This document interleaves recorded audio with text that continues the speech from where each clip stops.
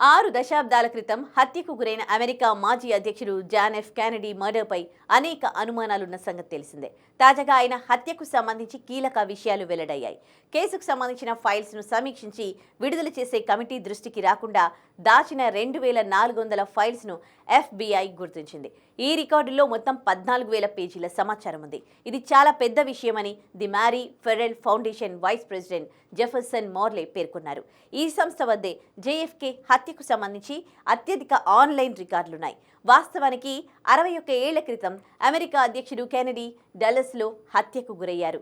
ఆ తర్వాత జరిగిన దర్యాప్తులకు సంబంధించిన అంశాలను ప్రభుత్వం సీక్రెట్గానే ఉంచింది.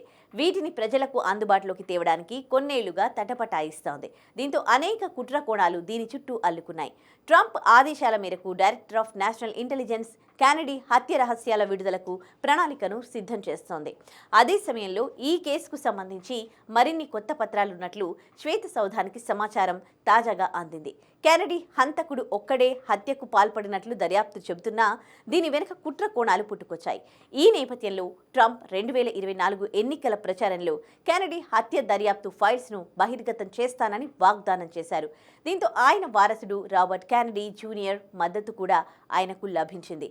అధికారంలోకి రాగానే జనవరి 23వ తేదీన JKF ఫైల్స్ను బహిర్గతం చేయాలని ఆదేశాలు జారీ చేశారు.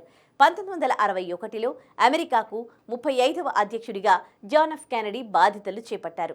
43 ఏళ్లకే ఆ పీఠాన్ని అధిరోహించిన అతి పిన్న వయస్కుడిగా అరుదైన ఘనత సాధించారు.